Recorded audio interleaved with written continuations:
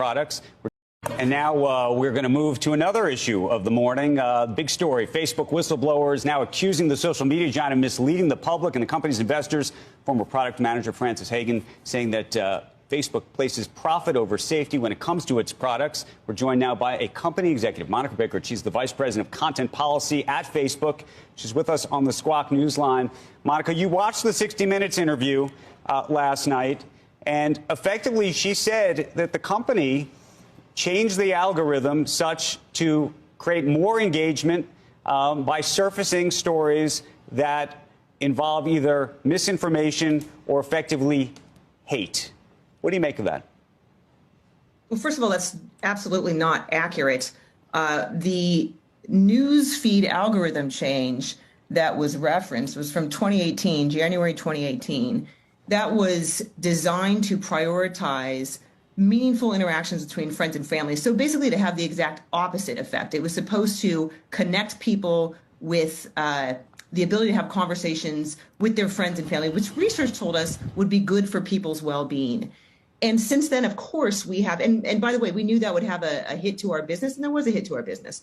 But what we've done is continue to watch how the news feed experience is for people, and we've continued to make refinements to it over time.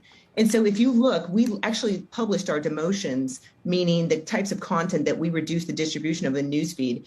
And if you look at those demotions, you'll see that we actively work to reduce the visibility of engagement-based, clickbait, sensationalist content. So we are doing exactly the opposite. Speak to this then. I mean, part of the report identified a document from leaders in the EU that suggested that they needed to move their campaigns to be more aggressive on sort of different sides of the aisle to get the right or enough engagement.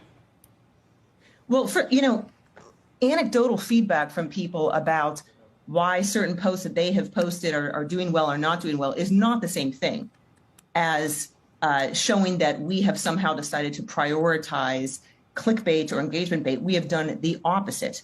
And the meaningful social interactions change, which was the January 2018 change, was something that actually, as you probably know, had an impact on reducing news content and public content and the sorts of content that might lead people to polarization. And, this is a stat, Andrew, that I think people don't often realize. Only about 6% of the content in people's newsfeed is political content. That is not what we are about. We are about trying to connect people with friends and family, groups and pages they've chosen to follow, sure, but this is about giving people a place where they can have meaningful conversations.